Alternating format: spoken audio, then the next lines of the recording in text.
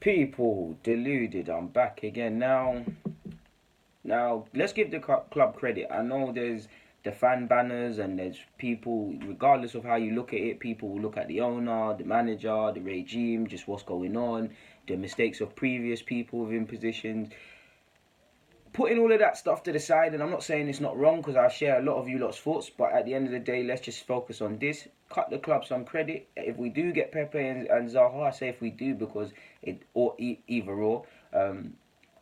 It does look like Pepe could be coming, but at the end of the day, until he signs on the dotted line, he's not here. Obviously, there's talk of Turney, and hopefully that one's done. There's Saliba for next season. So, in terms of the talented young players we've got, and allegedly Pepe coming into this side, there's a squad there for potentially next season and the season before.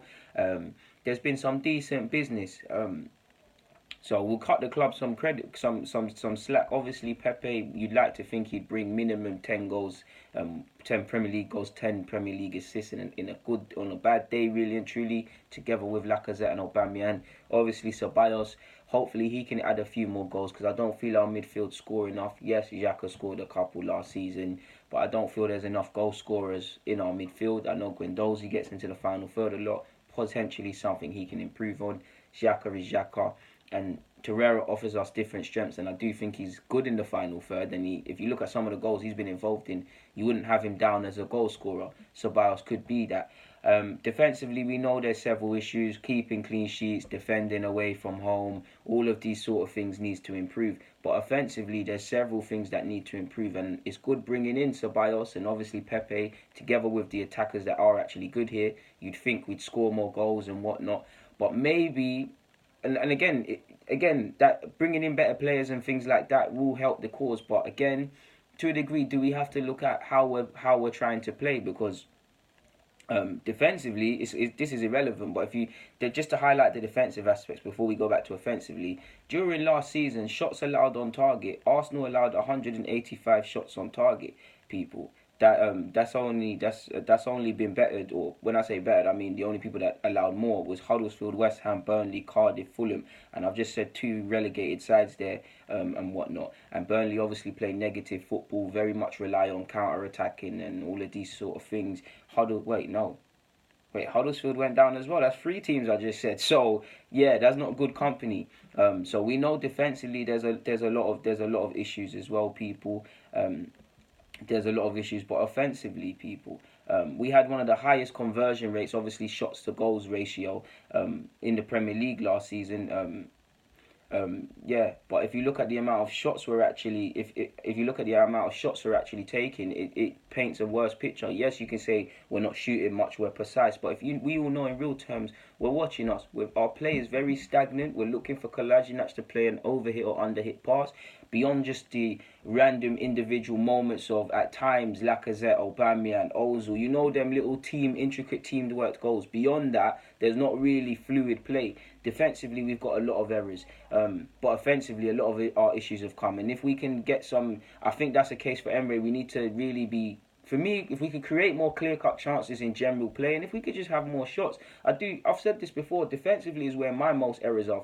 If we only had to pick between two, for me, we've got to improve defensively, because there's been games where we've been shaky defensively against sides that are worse than us. We've conceded, we've struggled to break them down, and that at times it could have been 1-0 to us, it's been 1-1, or we've lost 2-1. So there's many different aspects of defending, whether it's defending like that, cheap goals, how we start games, following runners, being proactive. There's several things, but offensively, because at the end of the day, goals win games.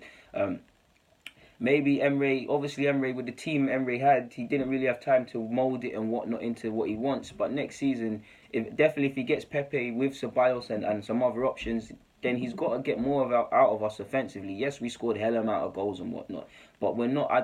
Anyone that watches Arsenal, I don't honestly believe you feel we're at our most optimum in terms of converting shots to goals and whatnot. We rank 11th, people, for total shots attempted. So what does this tell you? It tells you, at one hand, we're trying to walk the ball in, but it tells you that there's a lot of work offensively.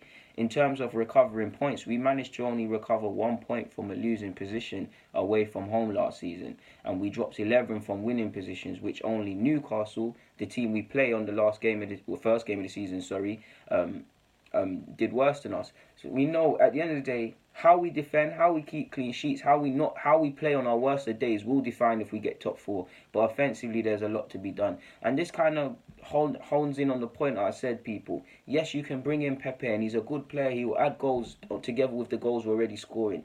Yes, you can bring in not Saliba this year, but any centre half you want. And of course, if they're a good centre half, their ability will raise the defence. But at the end of the day, a lot of it is going to come down to coaching. We just can't assume new players, better players equals top four. It doesn't always correlate. There needs to be a plan. Defensively, you can still see, okay, in pre-season, the main players aren't there. It's a bit mix and match. But we're still at a loose end of sorts. And I'm cool about us in an attacking sense because we've got Aubameyang and whatnot, but we can clearly do more in that regards.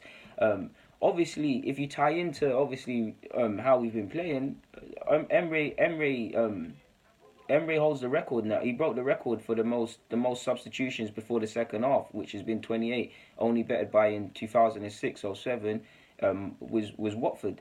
Now, again, one thing I like about Emre, and I'm not criticising him, one thing I like about him is that when he sees things aren't happening, he will take people off. He recognises that people are key players, obviously, but nobody's a key player in that. Different games, different sort of tactics, different personnel and their skill sets and that. But by the same token, on top of our needing to improve defensively and offensively, if you're continuously having to make second half changes to change your game, does that mean obviously the players are the players, we know the players make mistakes, but does that mean the manager is setting us up in the best way? Does that mean he is doing his best tactics, or he is performing it to the best of his abilities? And that's just me looking at Emre, challenging Emre to look at himself, because if you're, again, the players are poor, but if you're continuously having to change your first half approach in the second half, have you done something potentially wrong as a manager? And we need to look at everything, people. Because that is one thing. The substitutions is one thing that people were hiding behind a lot unnecessarily during our 22 unbeaten run, which was that we're at times we've come from behind. At times, second half that we've been poor in the first, and the second half has changed it. That's all great, but football fans don't like to consider all of the points.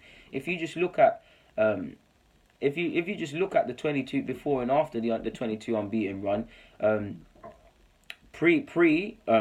22 unbeaten run, obviously we won 22, we played 22, 17 games were won, we drew 5, we lost none, obviously we scored 50 goals, expected goals were at 33, goals conceded was at 19, expected goals against was at 20, shots per game was at 13.2, points gained from losing positions was 12, points dropped from winning positions was 4. But I just read a stat that said we only recovered 1 point from a losing position. So who knows what that means? You could also probably look at we was behind against Fulham. Maybe that counts as that. We all know the last furlong of the season we messed up. I do think that was down to the players, and the theme is the players. Clearly, the players need to have the ball, because I do believe the manager should only reiterate your thing in it. Like, you look at them City players or Liverpool players. Does Klopp need to tell them they want to go after the Champions League or the Prem, or is he like the lieutenant that reinforces the desire and things? Emre, many times I've seen Emre, looks like Emre all week, 2 weeks to a week. He's been working on a certain formation or tactics. 2 minutes into the game, some players are doing dumb stuff and it's messed it up. So I have a lot of sympathy for Emre. But we need to look at everything, people. As much as I have sympathy for Emre and I'm a big fan of his tactics and coaching, I think defensively, while he might be crippled with the lack of reinforcements and whatnot, at the end of the day, he knew the role he was walking into. He has to improve us defensively. Offensively, if you're bringing in Pepe, if you've got Aubameyang, you've got Lacazette, yes, we're scoring a lot of goals, but we need to play in a better sort of style. For me, if he fixes defensively first, we can focus on offensive, but you get it. If you look at post the unbeaten run now, we played 34 games. 34 games, I'm not sure. This is all courtesy of Obino as well. It's a nice little, can you even see it? We've got a nice little chart here, people. We played 8 games played, 34 games won, 18. We drew 3 games, which was actually less than during the unbeaten run. We lost 13 games. Obviously, we scored 60 goals. We was expected to score 59. All right, cool. Conceded was 47. Expected goals against was at 51, which I swear we conceded 51 at the end of the day. Shots per game was at 12.5, so we actually started taking lost shots. Points dropped from winning positions was at 9. So a lot of that, obviously, post that was due to the players lacking bottle inability. Because if you look at Manchester United away, we ain't won at Old Trafford in the league for a minute. We should have won that. That's all the players. Big up Kolasinac, but if you look at Kolasinac, Leno, all of them in the build-up to some of them goals Lingard scored, it was shocking. So as much as we can sit here and say we need reinforcements and need new players, and it is true, coaching and how we coach some of the players that are actually here, and just in terms of defensive and offensively, will make the difference. New players coming in, yes, we want them and they'll help Emre's case, but at the end of the day, coaching is a big part of it. And I'm not criticising Emre or anybody in this field. I'm just saying people need to look at all angles really and truly, because you're going to set yourself up for failure if you just assume we sign Kieran Tierney as centre half, Pepe and all of these guys, and we're instantly better next season. Of course, we will be better. Of course, I want us to be, but there will come a point where what we've tried to install defensively or improving our approach to defending will kind of show. On that note, I've got nothing more to say, so I'm going to keep it moving. People, thank you for watching Deluded.